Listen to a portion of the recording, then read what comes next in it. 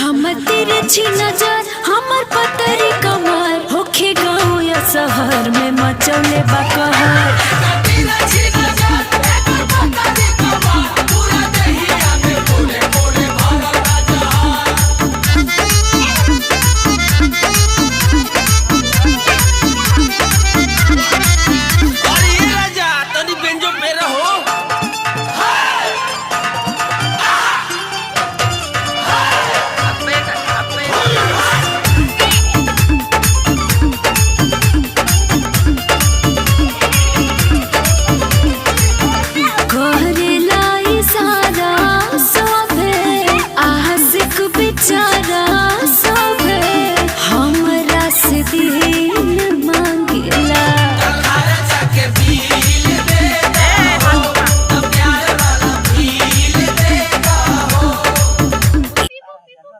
हाँ तक कपड़ा नहीं छू हमारे जनान बोले ये ना हर मुठिया में होता तमिल में नहीं।